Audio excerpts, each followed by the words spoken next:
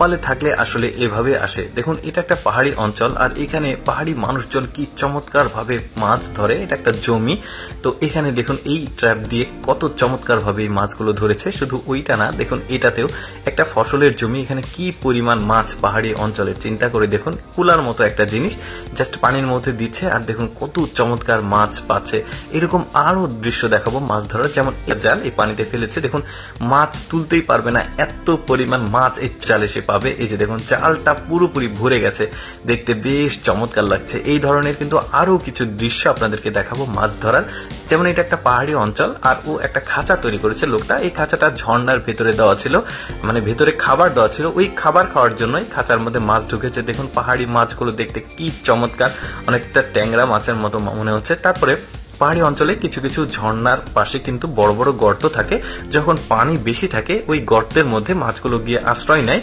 যখন পানিটা চলে যায় তখন মাছগুলো আটকা পড়ে যায় আর পাহাড়ি অঞ্চলের মানুষ তখন গিয়ে কিন্তু বিভিন্ন পদ্ধতিতে পানি শুকিয়ে এই নেট দিয়ে মাছগুলো তুলে নিয়ে আসে।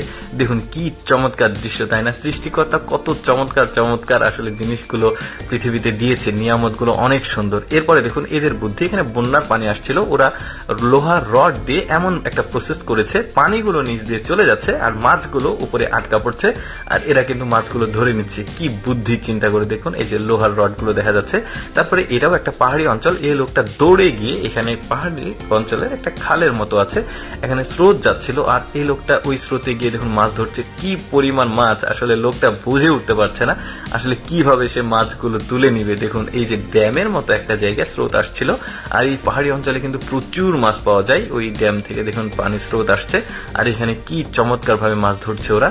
তারপরে দেখুন এই লোকটা দৌড়ে যাচ্ছে, এখানেও বন্যার পানি এসেছে, তো এখানে সম্ভবত বড় ব্রিজ আছে, ওই ব্রিজের এখানে পানির স্রোতে মাছগুলো এসে এখানে জমা হয়েছে। দেখুন এই ছোট্ট একটা জালে কি পরিমাণ মাছ ওঠে, দেখতে কিন্তু বেশ চমৎকার লাগছে। আসলে মাছ ধরার দৃশ্য কিন্তু অনেকেই পছন্দ করে, আমি তো বিভিন্ন রকম ভিডিও দিই, তো অনেক মানুষ আছে এক একজন এক এক রকম ভিডিও দেখতে পছন্দ করে, তো সবার জন্যই আসলে আমার এই প্রচেষ্টাগুলো।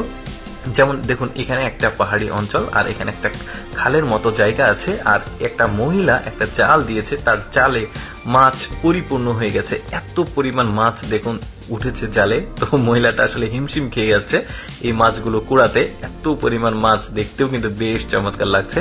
বিভিন্ন রকমের মাছ দেখা যাচ্ছে এখানে, এই যে বেশ চমৎকার পাহাড়ি মাছগুলো দেখুন। মহিলাটাও অনেক খুশি, এতগুলো মাছ সে পেয়েছে, দেখতে খুবই ভালো লাগছে। ছোট সাইজের মাছ, তারপরে অনেক সুন্দর।